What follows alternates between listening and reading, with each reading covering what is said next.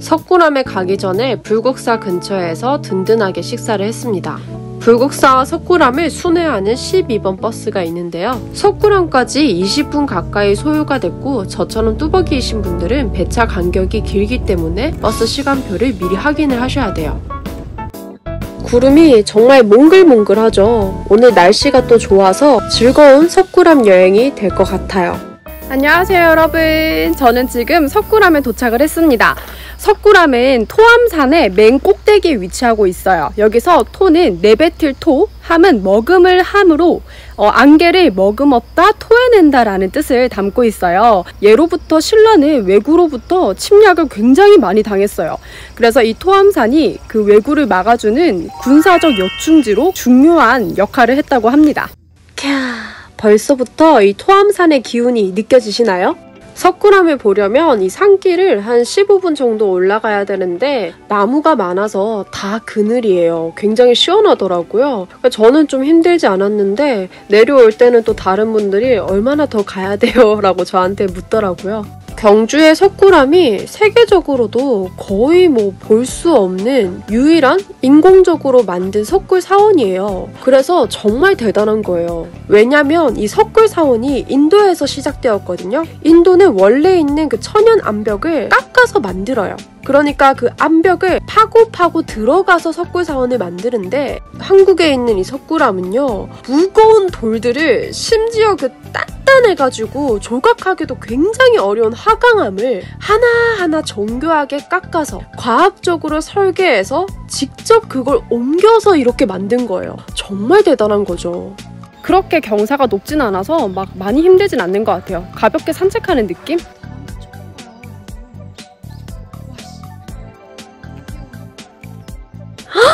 저곳의 석굴암이? 여러분, 저 사실 석굴암 처음 옵니다. 제 말투에서 아시다시피 저는 부산에서 굉장히 오래 살았는데 이상하게 경주로 수학여행을 안 가더라고요.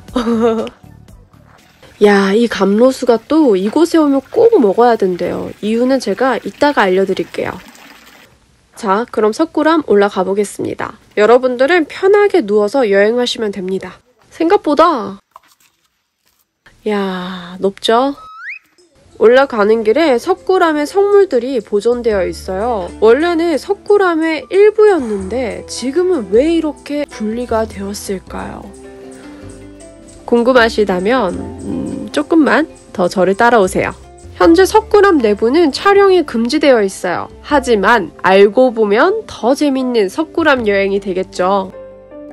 석굴암에 가면요, 좁은 연결 통로인 비도를 중심으로 땅과 하늘로 구분이 되어 있어요. 땅에는 악귀를 물리치는 신, 그리고 절문을 지키는 신, 또 인간 세계를 보호하는 신이 불상으로 표현이 되어 있어요.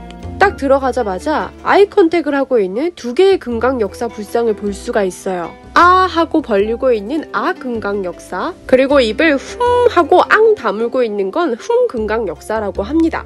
연결 통로에는 갑옷을 입은 사천왕이 지키고 있어요. 그리고 하늘의 영역인 본전불상 뒤로는 부처님의 10대 제자들과 부처님의 심부름꾼 불상이 조각되어 있습니다. 그 중에서 눈여겨볼 만한 게 11명 가는대비상이라고 머리 위로 11개의 얼굴들이 석상으로 조각되어 있어요. 거기서 색깔이 밝은 부분이 있거든요. 그 부분은 일제강점기 이후에 보수를 하면서 새로 만든 부분이래요. 다만 본전불상 뒤에 있다 보니까 직접 석굴암에 들어갔을 때는 눈으로 볼 수가 없어요. 그래서 앞쪽에 사진으로 볼 수 있게 크게 안내가 되어 있더라고요. 또 본전불상 위 천장을 보면 세 줄의 균열이 있다고 하거든요. 신라시대 때 돌을 만들다가 갑자기 돌이 세 조각으로 쪼개졌다고 해요. 그래서 김대성이 너무 속상해서 잠깐 잠이 들었는데 그 천신이 와서 붙여주고 갔다라는 그런 상근육사의 설이 있습니다.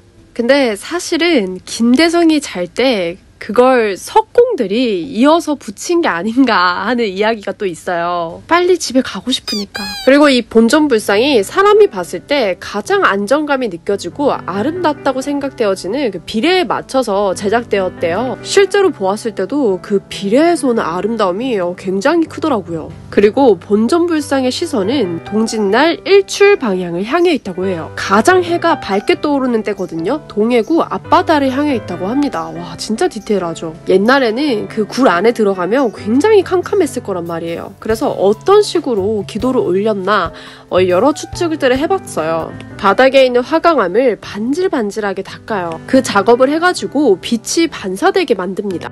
그래서 이제 해가 비쳐 들어왔을 때 그 바닥의 돌이 반사가 되면서 본전불상이 밝아지면서 그곳에서 기도를 올렸을 거라는 추측도 있어요. 그리고 사람이 섰을 때 가장 중앙으로 보이는 그 시선을 도로로 따라갔을 때 약 160cm의 사람이 들여다봤을 때 각도라고 해요. 그래서 당시 신라인들의 평균 키가 160cm가 아니었을까 하는 추측이 있는데 제가 164거든요. 실제로 제가 앞에 서보니까 그 멀리 있는데도 그 웅장함이 굉장히 크게 느껴지더라고요. 네, 이렇게 아름답고 귀중한 우리의 석굴암도 고려시대로 넘어가면서 고려 귀족들에게 외면을 받고요. 그리고 또 조선시대가 되어서는 수도가 한양으로 바뀌잖아요. 당시 조선시대는 유교 사회였기 때문에 불교를 억압하던 사회였어요. 불교 문화가 꽃피지 못했던 사회였거든요.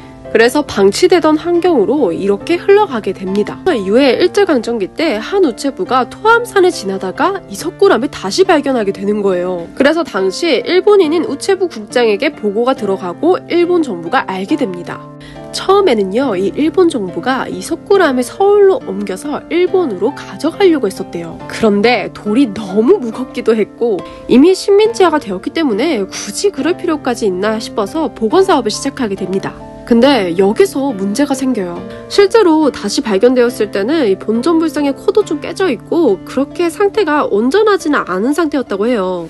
그런데 일본이 본인들의 기술을 너무 믿었던 거예요. 자신감이 넘쳤던 거죠. 그래서 따로 석공 전문가를 부르지 않고 터널 전문가에게 그냥 맡겨버린 거예요. 발견된 틀을 유지하고 기록하면서 복원 사업을 해야 하는데 막무가내로 석굴암 위를 덮고 있었던 굉장히 많은 돌들이 있었어요. 그 돌을 다 치워버리고 해체하게 됩니다. 거기에다가 본전불상 바닥 쪽에는 차가운 물이 흐르고 있었어요. 그 물이 바닥의 온도를 낮춰줘서 자연제습 기능을 했거든요. 근데 거기에다가 수로를 설치해서 물기를 아예 다른 방향으로 빼버려요. 그리고 석굴암 위 돌을 치운 자리에 단을 하나 쌓고 그 위에 콘크리트를 그대로 덮어버립니다. 그렇게 돼버리면 콘크리트에서 나오는 성분들이 석굴암 내부를 부식하게 만들고 그리고 공기순환이 되지 않기 때문에 당연히 이끼가 생기죠. 그래서 얼마 안 가서 2차례 증기세척을 진행을 했대요. 당시 지금 돈의 가치로 하면 약 38억 원을 들여서 증기세척을 했는데 그래도 근본적인 해결을 해야 되잖아요. 이후에 박정희 정부가 들어서면서 이 석굴암 복원 사업을 다시 하게 되는데 어머나 또 콘크리트를 다시 부어버려요. 그러니까 계속 안에는 이끼가 생기게 되고 제대로 보존이 되지 않게 되는 거죠. 그래서 지금은 에어컨을 풀 가동하고 있답니다. 그래서 우리가 안에 들어갈 수 없죠. 굉장히 안타깝긴 하죠. 또 한편으로는 자연적인 원리로 석굴암을 1000년 이상이나 보존한 당시 신라인들의 지혜가 정말 위대한 것 같아요. 왜 석굴암이 종교적으로도 예술적으로도 과학적으로도 모두 아름다움을 갖고 있다고 하잖아요. 그 말이 맞는 것 같아요. 관람하고 내려오는 길에도 석굴암의 성물들이 보존되어 있는데요. 바로 이 성물들이 일제강점기 때 보수를 하면서 제자리를 찾지 못한 그 성물들입니다. 그리고 이 감로수가 석굴암 아래에 흘렀던 그 물인데요. 저도 가기 전에 한번 맛을 봤어요. 생각보다 굉장히 맛있어요. 물맛이 진짜 좋아요. 안전한지는 저도 잘 모르겠어요. 다시 12번을 타고 불국사역에서 내릴 거예요. 불국사 근처에 내류사라는 꽤 큰 카페가 있는데 목이 타서 잠시 들렸습니다. 네이버 평점도 꽤 괜찮았고 내부가 시원시원하더라고요. 외부에도 이렇게 자석이 있어서 좋았어요. 커피를 마시면서 오늘 여행을 마무리할게요. 오늘도 함께 여행해주신 분들 감사드립니다. 안녕!